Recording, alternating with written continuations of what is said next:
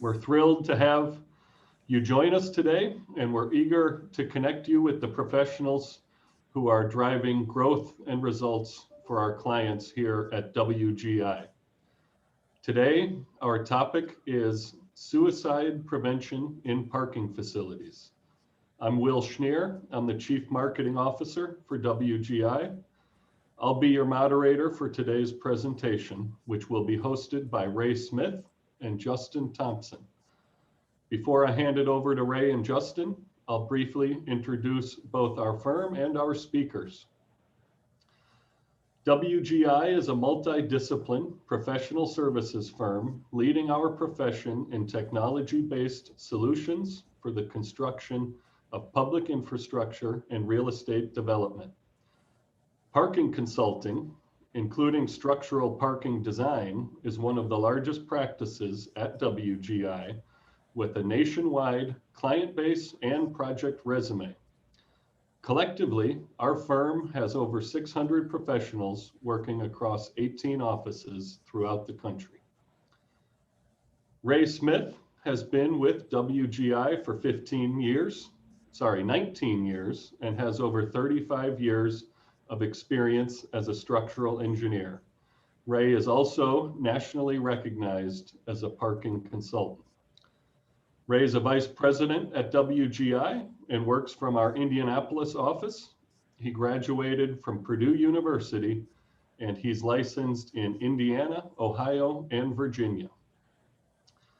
Justin Thomson has 15 years of experience as a structural engineer, and he works out of WGI's Kalamazoo, Michigan office. Justin is licensed in Alberta, and his technical expertise is in the structural restoration of parking garages and buildings. If you have any questions throughout our hour together today, you can submit them via the chat box or the Q&A tab of your Zoom browser at any time, and we will ask them and get to them at the conclusion of today's presentation. For engineers and other professionals, we will provide a certificate of attendance following this program for everybody who attends for 50 minutes or longer. So without further ado, let's bring in Ray and Justin and get started. Ray, the floor is yours. Well, thanks, Will. Well, thanks everyone for joining today and being a part of this webinar regarding suicide prevention in parking structures.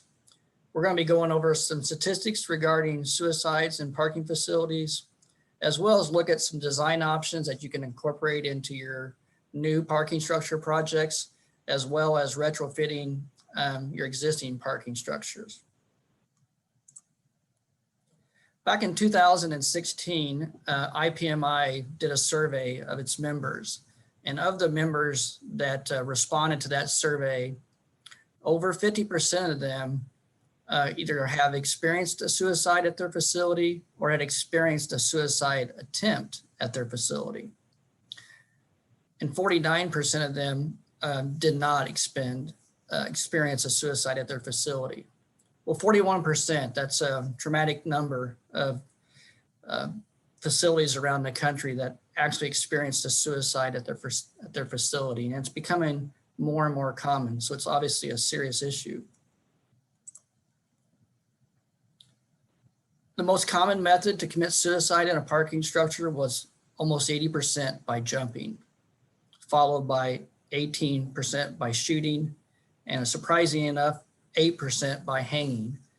Odd that somebody would come to a parking structure and do that, but it just shows you when somebody's distraught, they'll do just about anything.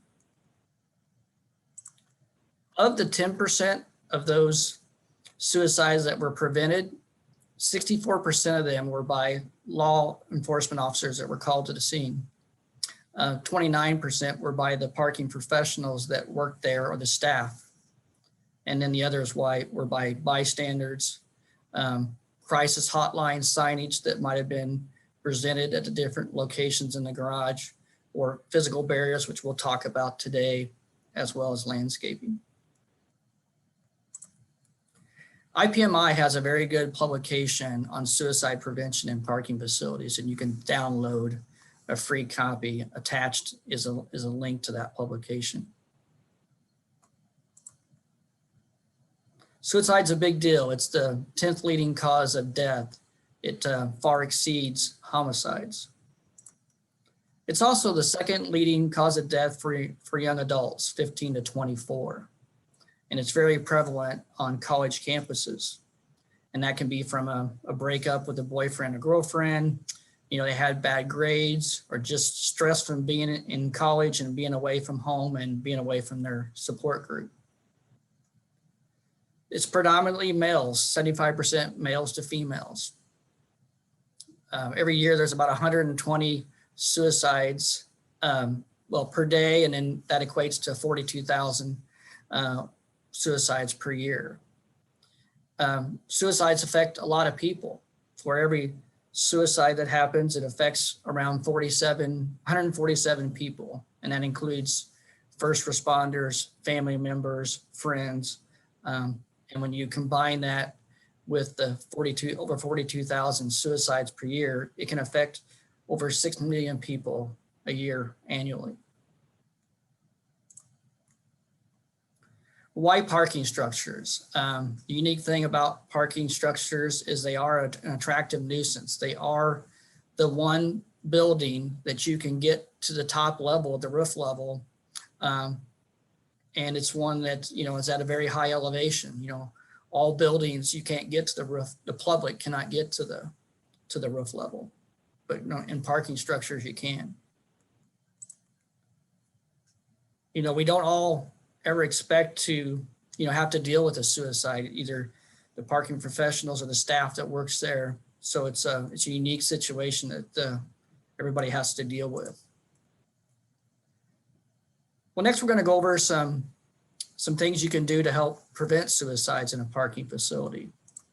We're going to draw on some of our WGI experiences, some of those experiences that we've had at the municipal parking facilities, universities around the country, medical centers, and especially VA medical centers. So what do we do about it? Here's a photograph at the City of Lancaster parking facility there, where they added a 8-foot high chain link fence at the top level of the parking structure. Very effective way, tall screen there to keep anybody from jumping off the top level. The City of Grand Rapids, a great client of ours. We do a lot of work for them, and we've designed several parking structures over the years. This one here is at the Monroe Center 2 garage. It is a 6-story, 7-level parking structure.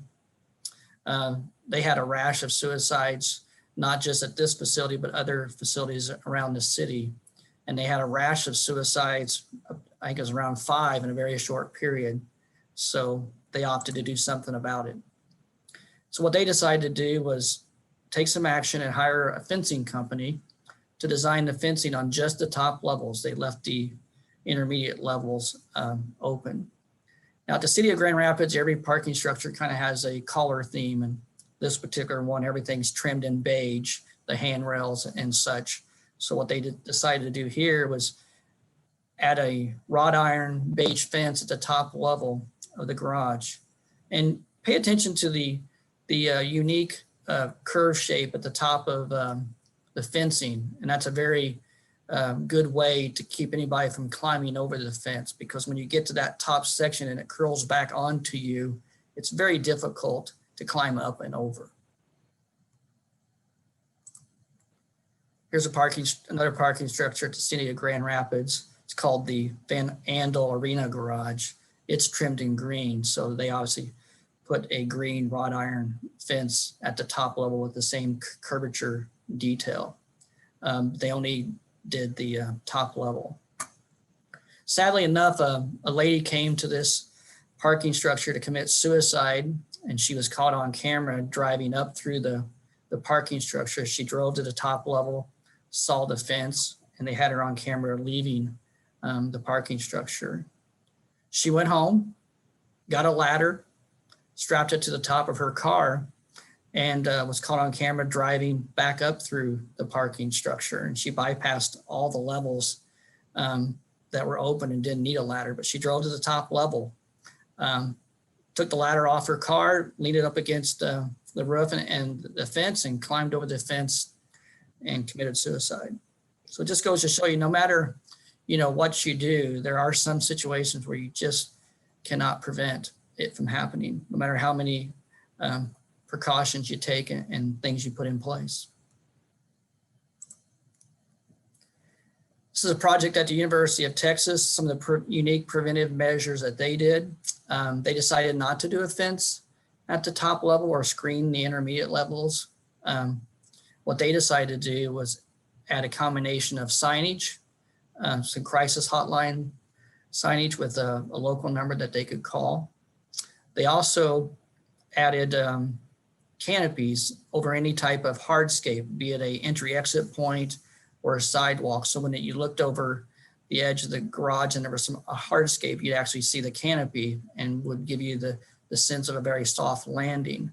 And anywhere that they didn't have hardscape, they put landscaping around the perimeter of the garage to also give you that soft landing visualization, which would deter you from wanting to jump because it'd break your fall. It's been a few years since they've put all this in place, and we haven't heard of any suicides at their facility. VA medical centers, we've designed over 15 structures for different VA medical centers across the country. And sadly, suicides is a high cause of death for our American veterans who suffer with both physical and mental disabilities from their service to our country. It's a VA standard. Sometimes it gets VE'd out, but it's standard at all their facilities to cover all levels, including the roof. This facility, this particular one, is in San Juan, Puerto Rico. We were involved in this project. At this facility, they use wrought iron screening between floors to prevent suicides. At the top level, they extended the columns up and ran cast-in-place beams between columns so they could use the exact same detailing as they did on the intermediate levels. They could use the same thing at the top level. They also had PV roofs, and they paid close attention to making sure there was no edges, so everything was cast-in-place concrete, nothing you could grab a hold of or throw a rope over.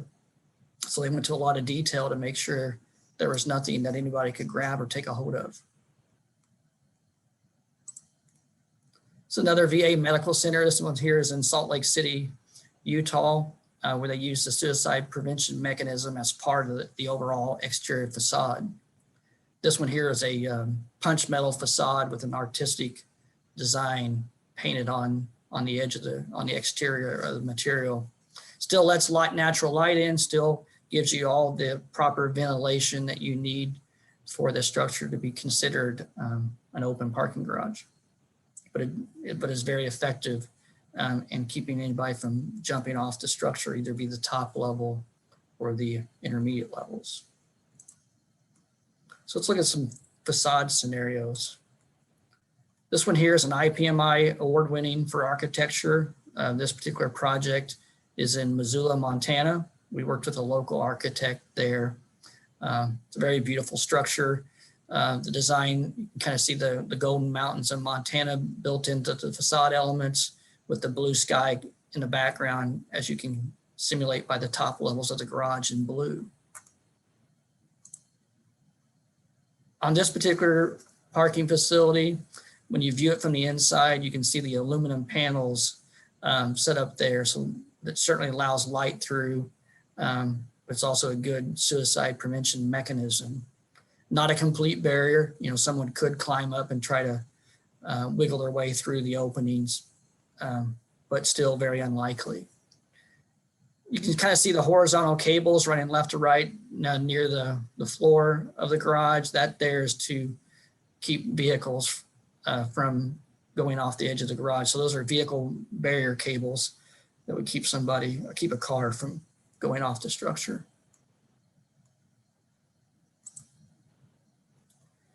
Another unique screening idea. This is a tinsel fabric facade that is attached to the side of the garage. You can also weave stainless steel cables into this system as well. That would keep somebody from actually cutting the material, cutting through it.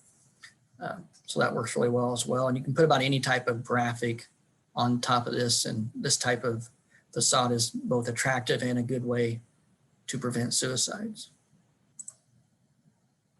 Another unique thing you can do this happens to be kind of a trellis type of exterior facade, and they've planted greenery at the bottom and allowed it to grow up the side of the building.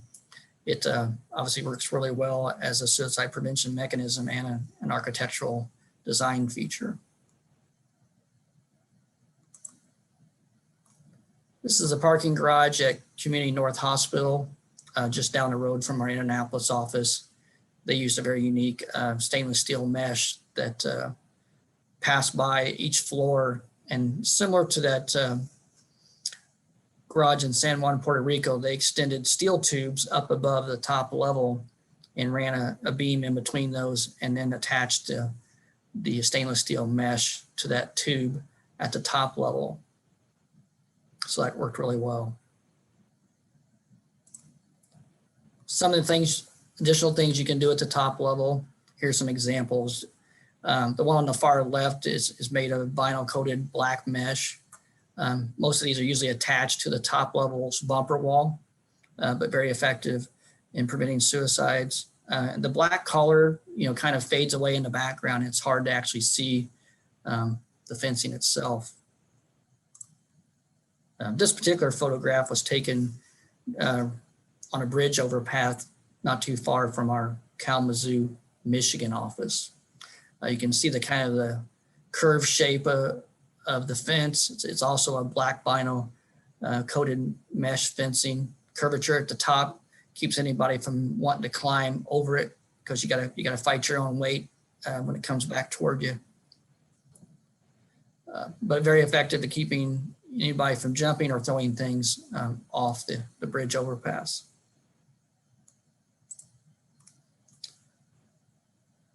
This photograph was taken at the University of Iowa.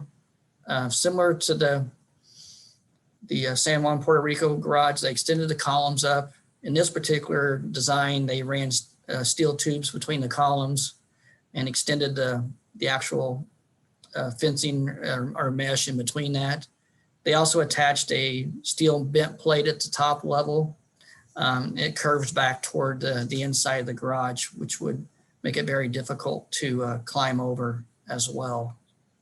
So that's a pretty unique theme of always having some mechanism that comes back toward the garage that would keep anybody from climbing over it. Here's a shot of a typical interior of a garage. In this photograph here, they've got black vinyl coated mesh between floors attached to the top of the bumper wall and the underside of the floor above. The black vinyl coated mesh also does a very good job of not being seen, because the black color gets lost in the background.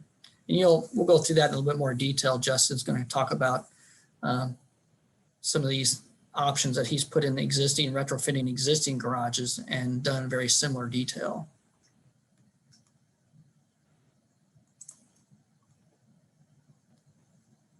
Next thing is signage, which can be very helpful. We'd recommend them putting that at the top level and at all the stair elevator towers. Definitely want to use a local number, crisis number to call. And so a lot of those signage, has that. If you need help, call this number, and it's a local number. We recommend that, as well as it's one of IPMI's. They got a white paper on that, and they recommend this as well. Well, next I'd like to kick it over to Justin and talk about some of our case studies. Great. Thank you, Ray. Have you jump to the next slide, Ray. So I just want to walk you through our approach to how we evaluate and implement suicide prevention options in existing structures. So to get things going, we're going to meet with the owner. We're going to discuss the project objectives, any concerns they may have currently with their structure, possibly any locations of previous or prior incidents, of someone jumping.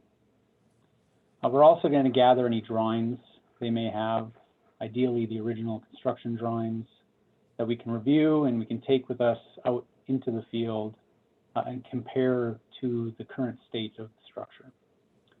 We're going to perform an on-site visual evaluation. We're going to document any existing conditions. We're going to note any changes in the structure versus the drawings that we have on hand. From that assessment, from those existing conditions, we're going to start assessing options based on those existing conditions, based on the project objectives. And we're going to start kind of rolling together those options, putting them into a report where we can discuss them further. We can provide recommendations, preliminary costs, and kind of help the owner make a decision on how they want to move forward. Once an option has been selected, we're going to start working on that design based on that option, and ultimately work through construction, helping with construction administration. So that's just kind of a high-level approach we take. The things you see on the screen right now, I'm going to touch on in more detail as we work through the slides. So for the site evaluation, one of the things we're going to look for is what existing systems are in place. Are there cameras? Are there help phones? Are there help buttons?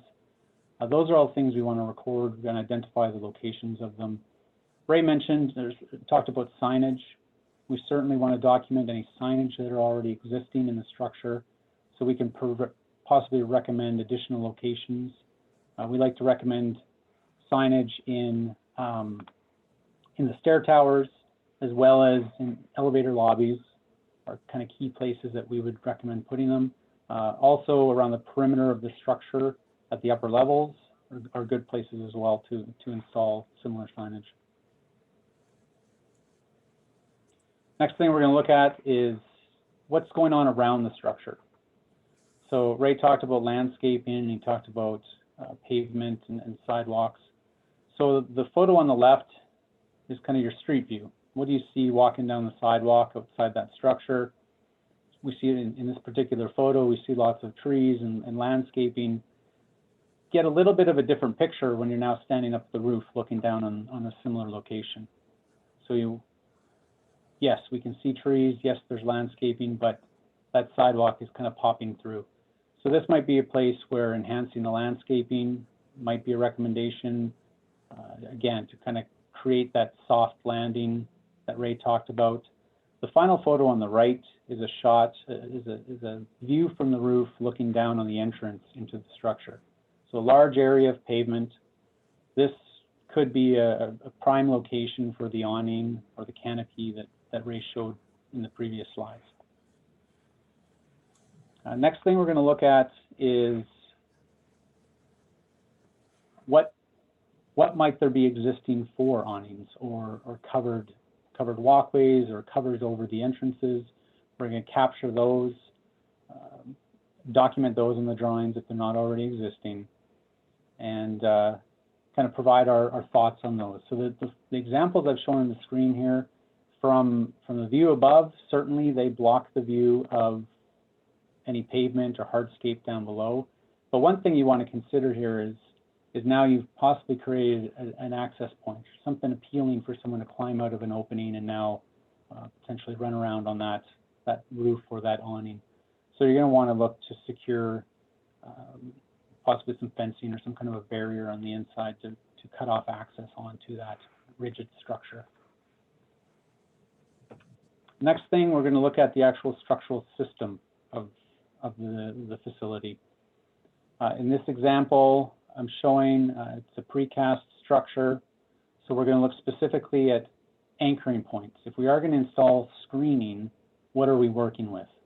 So do we have spandrel walls above and below to anchor into at these openings? Are we dealing with beams that typically have more reinforcement, which could cause problems with anchors? Are there obstructions? Are there aspects of the structure that are jetting out into these openings that we're going to have to configure a fence or a screening around. Alignment. In the photo on the right, you can see that the wall below that the guardrail is sitting on offsets from the wall above. So now we have a different configuration there if, again, we're going to install some kind of a screening or fencing. Next thing, just taking note of what existing barriers or guardrails are on site. Are they top mounted like the photo on the left? Are they side mounted like the photo on the right? Just getting a sense of what we're, again, working with and what might obstruct the installation of fencing or screening. So on the left, where the guardrail is sitting on top of the wall, that's a location where we would look to mount fencing, for example, on the inside face of that wall, whereas the guardrail now sitting on the inside face, ideally we would try to install the fence on top of the wall. And I'll show you some examples later on. Other things to consider is we talk a lot about the perimeter, and we think about the roof level and we think about the intermediate levels, but we also want to make sure we're considering the stair towers and what's happening in those.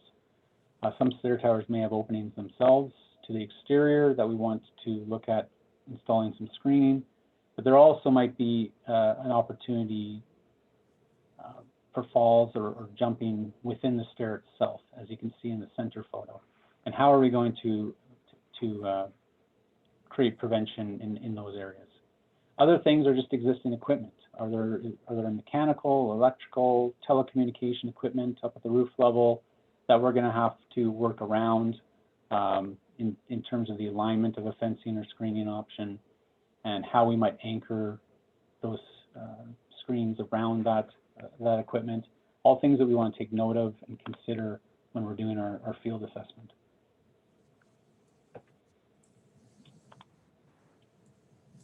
So into the actual assessment. So now that we've gathered all that information from the field, we've made all our notes, we've documented everything with photos, noted any differences on the drawings, we're going to start going through our assessment. So again, we're going to review locations for potential call for help signage. Are there any opportunities or options for awnings over hardscapes? Are there any opportunities for additional landscaping to create that kind of soft look from the roof level? But ultimately, screening or fencing is going to provide your greatest level of deterrence. And in existing structures, some of the typical screening options that we review or consider are your standard chain link fence, which is easily the most cost effective at around $10 to $15 a square foot. What we typically recommend as kind of a cost effective approach, though, would be the vinyl chain link fence.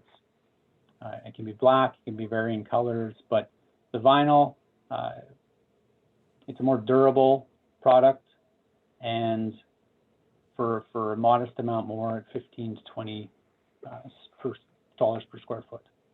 Other more costly, possibly more aesthetically pleasing options would be your decorative metal fencing, which I'm showing in the bottom right, which is an aluminum option there. Ray has showed a couple of wrought iron options in the previous slides. Those run in the range of $35 to $45 a square foot. We often consider those at the roof level as an option versus a vinyl chain link, and I'll get into some of the pricing later on. And then, of course, there's another option that we do consider for shorter span openings are stainless steel cables. The challenge with the stainless steel is if your opening length is too great, no matter how much you tension those cables, you're still going to be able to pull them apart to squeeze through. So you're going to have to start introducing kind of intermittent supports to keep those cables tight.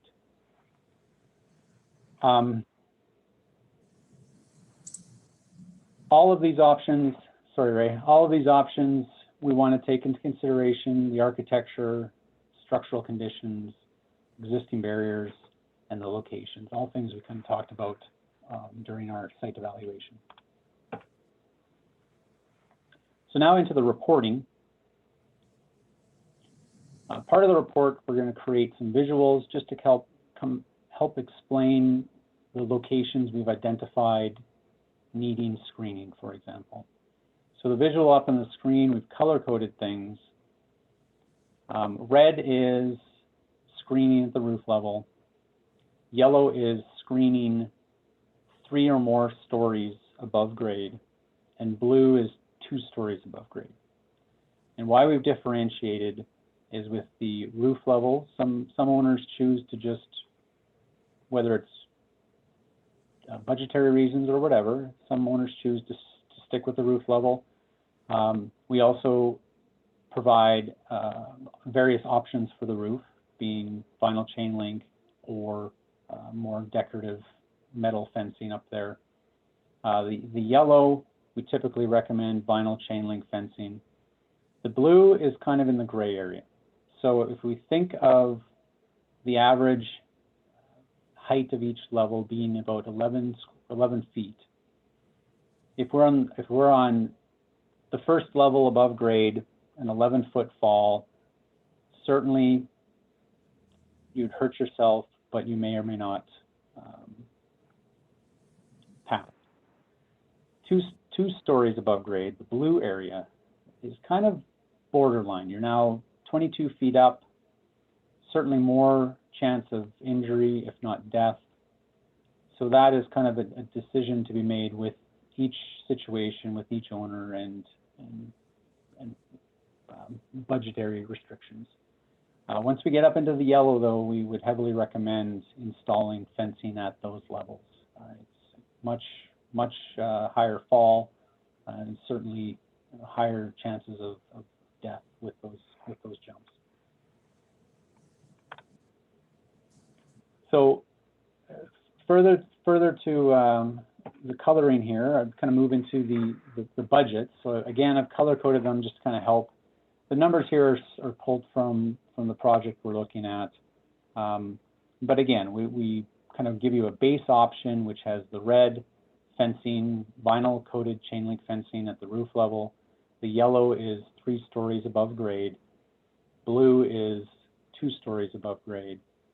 And so giving you kind of the opportunity to look at the numbers and pick and choose what you feel is appropriate for your structure. And then we give you optional prices. In this particular example, we just gave an option for installing the ornamental metal fence at the roof level. So an additional cost over what we've presented already for the fencing. These are all based on the square footage costs. It's at this point, it's strictly an order of magnitude estimate, and it's just kind of to help create a budget and help make some decisions with the owner on how we want to move forward.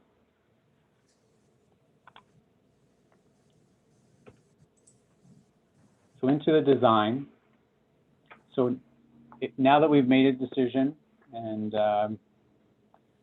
for this example, we'll say we decided to move forward with the vinyl chain link fencing throughout the structure.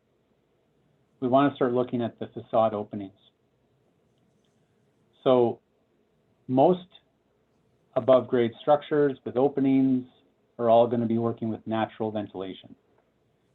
And as soon as we start installing screening on these openings, we're going to start impacting the openness of these facades. So we're going to need to run calculations to ensure that whatever we install, and in this case, vinyl chain link, we're not impacting the openness of the structure and possibly getting us into a condition where we might have to introduce mechanical ventilation. So we want to avoid all those costs and keep this as straightforward as possible in an installation like this. Other things we want to look at is the existing wall and our guardrails. So the minimum height for a wall or a wall with guardrail system is 3'6" or 42 inches. They're also designed, as Ray mentioned, to take the impact of a vehicle. So we don't want to start kind of messing with that design. So typically when we're looking at installing fencing options, we would leave existing guardrails in place and we would just install around them. In terms of the actual design of the fencing or the screening, we consider it similar to a handrail. So we would apply pedestrian loads. We're going to look at if someone were to climb this fence and start pushing or pulling on it, what type of effects would that have? We're going to consider live loads, a point load of 200 pounds or a distributed load of 50 pounds per foot.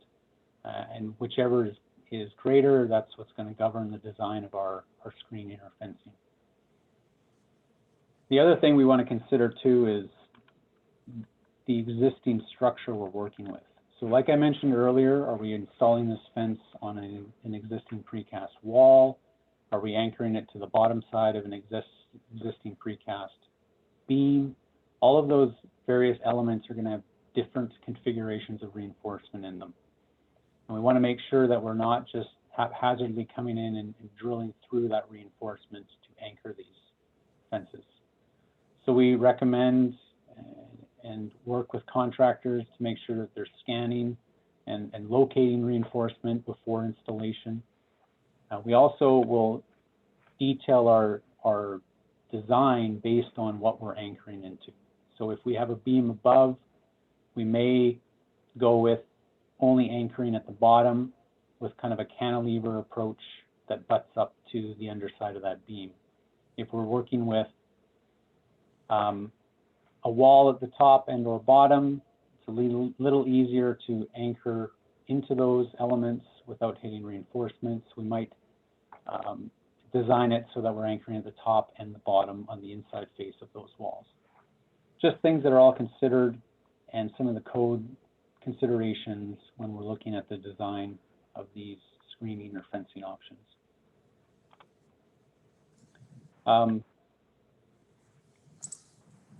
Into construction. So once we've got our design in place, we're going to put together construction documents with specifications and drawings, detailing everything that we're looking for in terms of construction. We're going to go out for a competitive bid, and once we line up a contractor, we're going to work with them to start implementing the design. So we will perform construction administration, conduct site visits to monitor the progress and verify the work complies with the intent of the documents.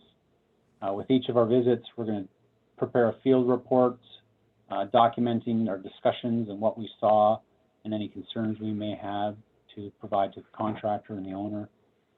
And then ultimately, we're going to do a final inspection and generate a punch list to make sure that the contract has addressed everything accordingly. So on the screen, I'm showing an example of kind of a before and an after. So on the left, you'll see the structure before we installed the fencing. On the right, you can see that we've installed vinyl chain link fencing from 2 stories and above, so the blue, the yellow, and the red areas. In this particular example, the owner chose to go with black at the lower levels and to go with white vinyl at the roof level.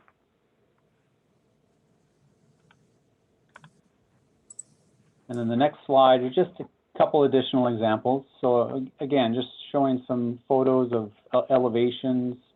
In the top left, you can see that there's fencing at all levels except for the lowest level on the screen.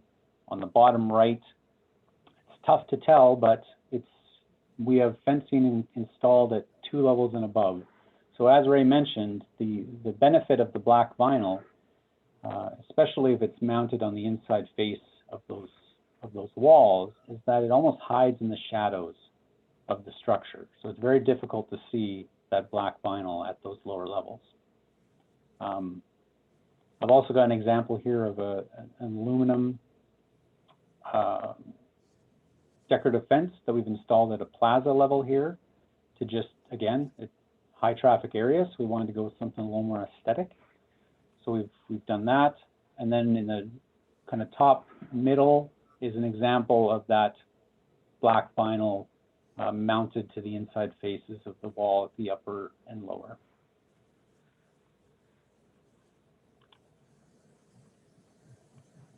And so with that, I've just kind of, I think, hit the high points of walking through our approach. some of the things that we do and look for in design and construction. So I'll hand it back to Ray. All right, and I'll kind of Will. Will. I know Will's been tracking questions that may have been occurring throughout the presentation. Yeah, great job, guys. We have a couple of questions from the audience. The other Ray wants to know, do you have any recommendations or experience on the use of suicide awareness benches inside parking garages or on the top roof of the parking garages? Benches, I assume he's talking about where somebody can sit down, or is that what he's trying to, not sure exactly what the question is referring to there, but I mean, obviously we can put signage at those locations. It would be a good opportunity if there are benches there at the top level or intermediate levels. That's a good place to put signage. Thank you, Ray.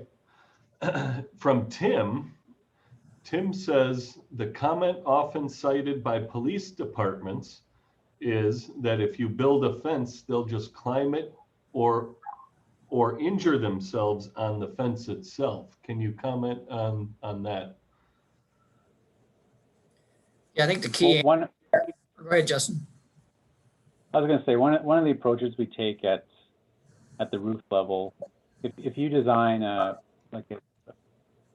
decorative metal fence, well, you can certainly design it to limit the ability to climb it. Again, if someone's determined to get over it, I suspect they're going to find a way. If you do go with like a chain link option, we typically recommend a tighter knit chain link, so like a 1 1/4 inch mesh. Makes it a little more difficult to climb than your typical standard 2-inch mesh. So those are some of the approaches that we take if we are proceeding with an installation. I know in that example that you showed earlier, Justin, it's kind of the one here in the center, lower center left, where you have that curved section. I think the more you put that type of detail in place, the more difficult it is to climb over that, because you're starting to now having to not just use your feet and hands, but now you got to carry your entire weight. So having some sort of design element that curves back toward the inside of the parking structure, I think is very important to eliminate somebody wanting to climb over. Great, thank you guys. Couple of more. Renee wants to know, what height do you recommend for the suicide prevention fencing at the top level of a garage? Justin, I can comment on that. I know the VA has a 72-inch, 6-foot minimum requirement. And that seems to, in our opinion, that seems to be a good height above the floor.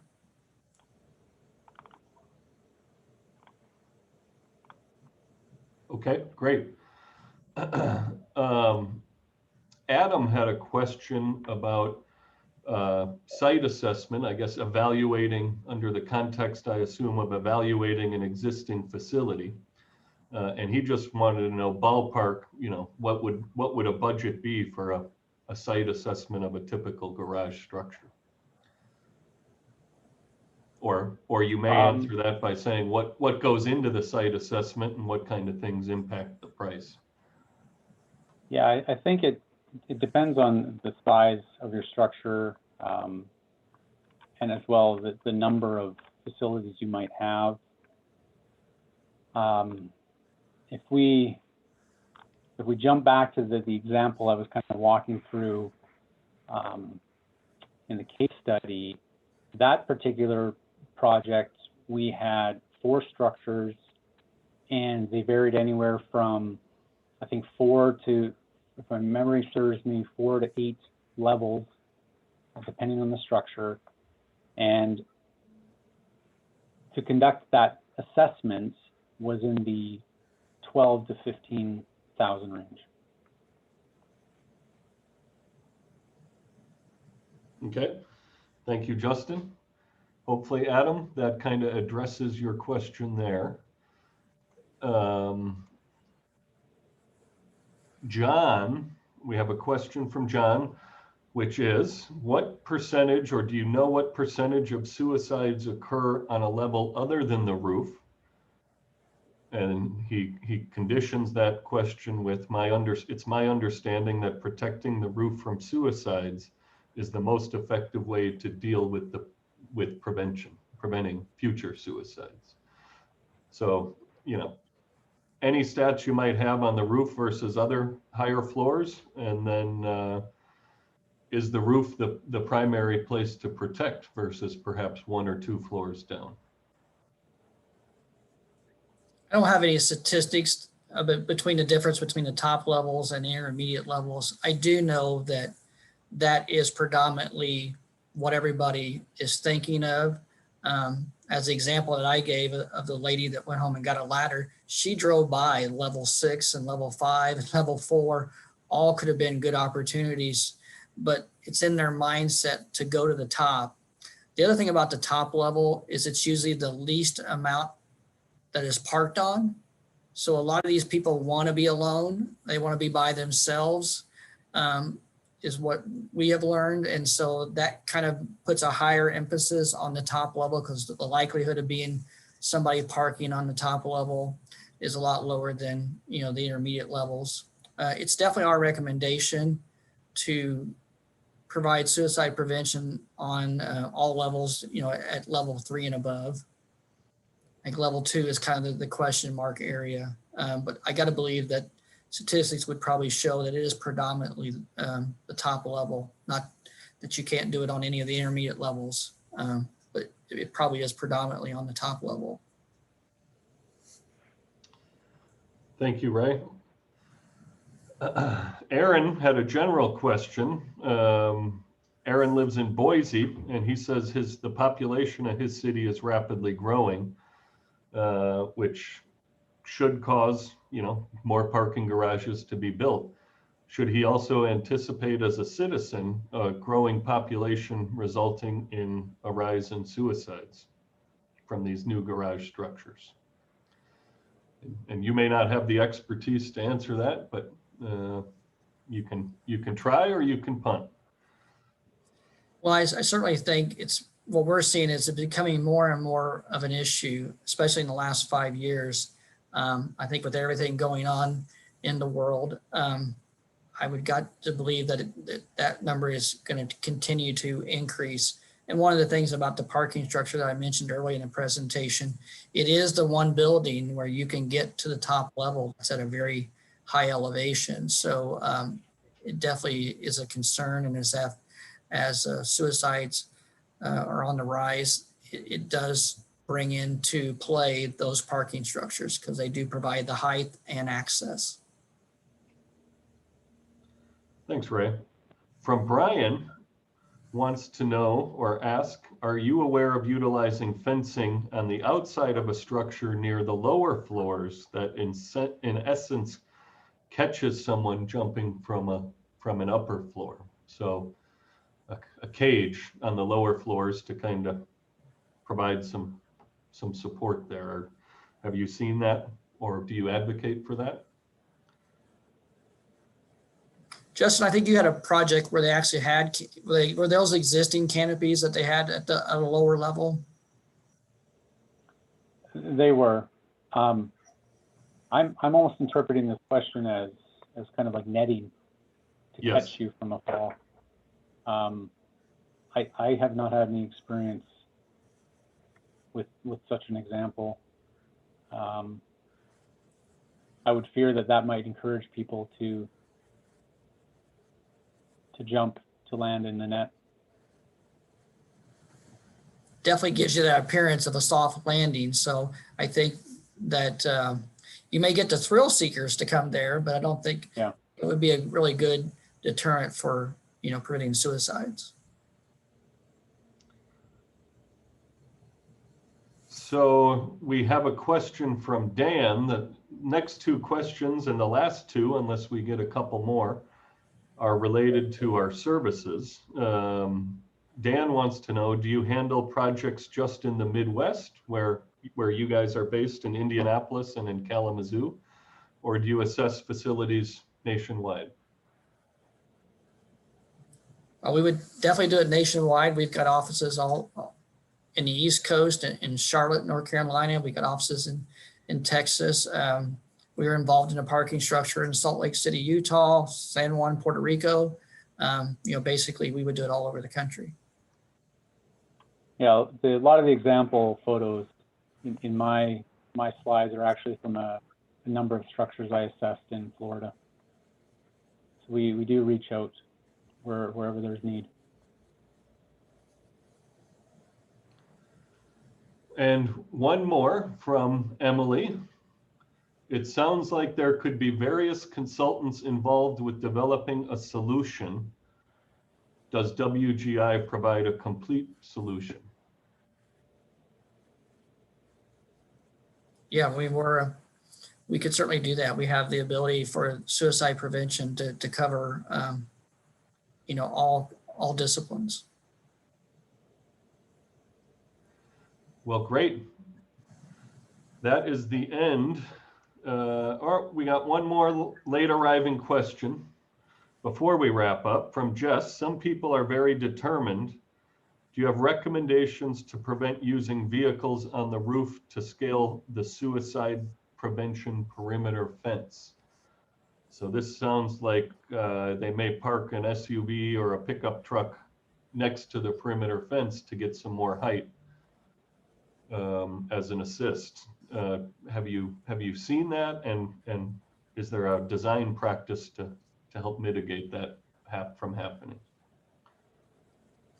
I haven't ran across that, but I could see somebody pulling up to a bumper wall and standing on their hood. That's why we might want to recommend 6 feet above the bumper wall height, and that's normally anywhere from 2'9" to 3 foot above the floor. And if you put the fence above that, that would definitely get it above, where they may have the ability to climb, but still, if we detail it where it curves back toward the structure, even if they got up on the hood, they wouldn't be higher than the fence itself. So they'd still have to make that difficult climb, especially if it curves back toward the vehicle. And I think that would make it very difficult. Great, thanks, Ray. And we'll go ahead and wrap up then. Thank you once again to our guests for joining us today. Ray and Justin, thank you. That was a very informative presentation. As a reminder, we will distribute certificates following today's presentation, so be on the lookout for those. We're happy that you joined us today, and we trust that we were able to add some value through today's presentation. Be on the lookout for future Lunch and Learn sessions in the weeks ahead. And I hope everybody has a wonderful afternoon. Thanks for joining us. Thanks, everyone. Thank you.